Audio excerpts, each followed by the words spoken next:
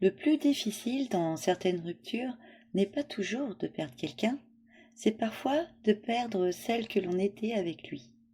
Parce qu'au fond, chaque relation révèle une version différente de nous-mêmes. Et lorsque l'histoire s'arrête, ce n'est pas seulement une personne qui s'éloigne, c'est parfois tout un monde intérieur qui vacille. Bonjour à tous et bienvenue sur la chaîne Le Monde des Petits Colibris. Et avant de commencer, si vous appréciez ce type de contenu, vous pouvez soutenir la chaîne très simplement en laissant un j'aime, un commentaire ou en vous abonnant. Ce sont des petits gestes gratuits qui aident énormément à faire vivre ce projet et à le faire découvrir à d'autres personnes.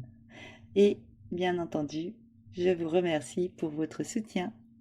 Alors aujourd'hui, dans ce podcast, j'avais envie de vous parler d'une réflexion qui m'est venue après plusieurs relations amoureuses, une réflexion qui a complètement changé ma manière de voir les ruptures. Parce qu'avant, comme beaucoup de monde, je pense, quand une relation se terminait, je me disais simplement « cette personne me manque ».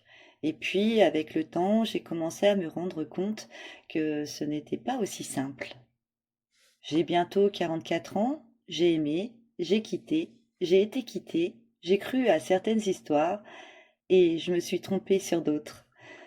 Alors aujourd'hui, je ne vois plus vraiment les relations comme quand j'avais 20 ans.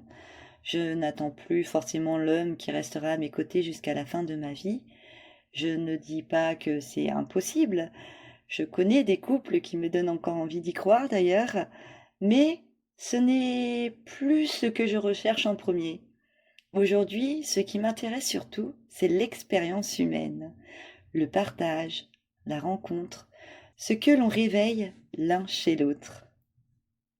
Et c'est justement là que ma réflexion a commencé. Je me suis demandé, mais pourquoi certaines personnes nous marquent autant? Pourquoi parfois, même quand on sait qu'une relation n'était pas faite pour durer, elle continue à vivre en nous? Et je crois avoir trouvé une partie de la réponse. Je crois que chaque personne que nous rencontrons révèle une version différente de nous-mêmes. Ça paraît tout simple dit comme ça, mais regardez bien votre propre histoire. Avec certaines personnes, vous étiez drôle, avec d'autres, aventureuse, avec d'autres encore, plus fragile, plus créative, plus audacieuse, comme si chaque relation éclairait une pièce différente de notre maison intérieure. Et pour illustrer mes propos, je vais vous donner un exemple. Il n'y a pas si longtemps, j'ai vécu une relation qui a réveillé quelque chose que j'avais un peu laissé de côté. La musique, l'envie de créer, l'envie de jouer. J'ai même eu envie de me remettre au piano. Et croyez-moi, ça faisait longtemps. Je me souviens d'un soir où je me suis assise devant lui. Je n'avais rien préparé, je n'avais aucune mélodie en tête. J'ai juste posé mes doigts sur les touches, comme ça. Et je me suis dit, tiens, ça faisait longtemps que je ne m'étais pas sentie comme ça.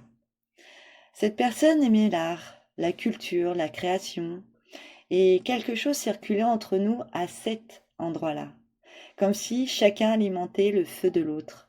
J'aimais vraiment ça.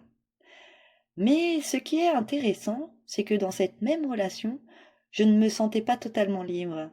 Je ne me sentais pas totalement en sécurité non plus. Et ça m'a fait réfléchir. Parce qu'on a souvent tendance à mettre les relations dans des cases, soit une bonne relation, mauvaise relation, mais en réalité, c'est beaucoup plus nuancé que ça.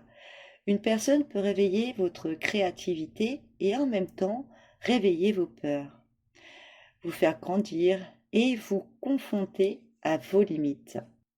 Et je crois que c'est là que les relations deviennent passionnantes. Elles nous montrent ce qui est vivant en nous. Pas seulement nos qualités, mais aussi nos blessures. Puis un jour, la relation se termine et là arrive ce fameux vide. Je pense que beaucoup d'entre vous savent exactement de quoi je parle. Ce moment étrange où quelque chose manque, mais sans savoir exactement quoi. Pendant longtemps, je croyais que ce vide venait uniquement de l'absence de l'autre. Et puis un jour, je me suis posé une question.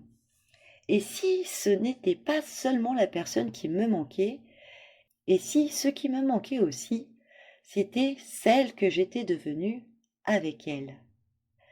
Je trouve cette idée fascinante parce que finalement, lorsque une relation s'arrête, il n'y a pas seulement un être humain qui s'éloigne. Il y a parfois toute une version de nous qui disparaît avec lui. La femme qui jouait davantage de la musique, la femme qui riait plus, la femme qui rêvait autrement, la femme qui se sentait inspirée. Et quand j'ai compris ça, beaucoup de choses ont commencé à avoir du sens. Le vide, le manque, cette impression parfois de ne plus savoir exactement qui l'on est après certaines ruptures. Parce qu'au fond, nous faisons plusieurs deuils à la fois. Le deuil de la relation, le deuil de la personne et parfois le deuil d'une partie de nous-mêmes. Aujourd'hui, je crois que c'est pour cette raison que je vis les relations différemment. Je continue à aimer, je continue à rencontrer, je continue à partager, mais je ne cherche plus forcément la même chose.